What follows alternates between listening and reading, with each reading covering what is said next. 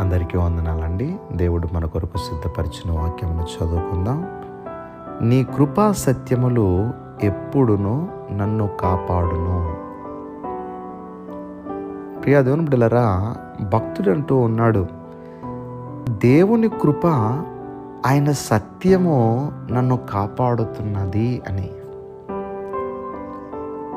అనేక మార్లు దేవుని కృప ఎలా మన ఎడల చూపించబడుతుందో మనం విన్నాం. ఆయన కృప ఎంత గొప్పదో, నోవాహు దేవుని దృష్టికి కృప పొందినవాడాయను అని మనం చదువుకుంటున్నాం. అలాగనే అనేక మంది భక్తులు కృపను గూర్చి మాట్లాడారు. అయితే దేవుని కృప మనల్ని కాపాడుతుంది, సత్యము కూడా కాపాడుతుంది.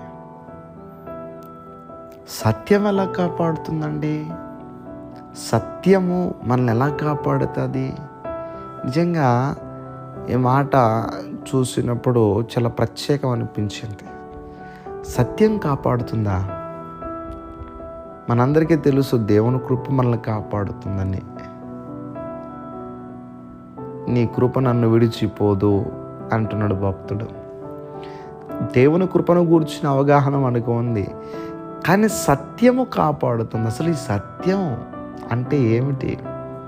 ఒక మాటలో చెప్పాలంటే, నీ కృప నీ సత్యము అంటున్నాడు భక్తుడు కదండి. సత్యము అనేటువంటి మాట ఎక్కడ మనం చూస్తామంటే, యేసుక్రీస్తు ప్రభువారు భూలోకానికి వచ్చి ఆయన శిష్యులతో మాట్లాడుతూ ఒక మాట ఆయన చెప్తున్నారు.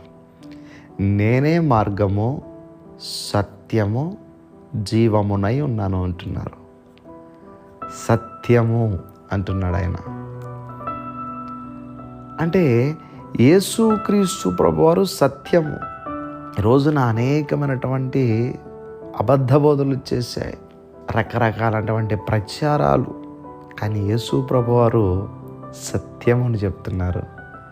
పేదోని బిడ్డలారా, ఇప్పుడు ఆ సత్యం మనల్ని ఏం చేస్తారంటే కాపాడుతుంది. సమరయ స్త్రీతో యేసు ప్రభువారు మాట్లాడుతూ, దేవుడు ఆత్మ గనుక ఆయనను ఆరాధించువారు ఆత్మతోనూ సత్యముతోనూ ఆరాధించవలెను అన్నారు.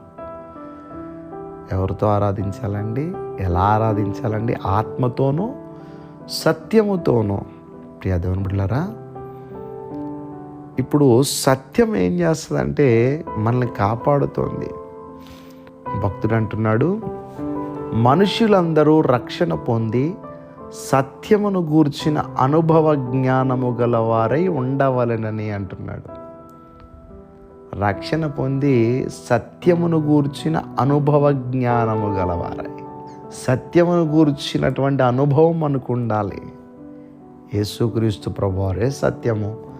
ఆ సత్యము ఎప్పుడును నన్ను కాపాడును అంటున్నాడు భక్తుడు. సత్యం ఏం చేస్తుందండి?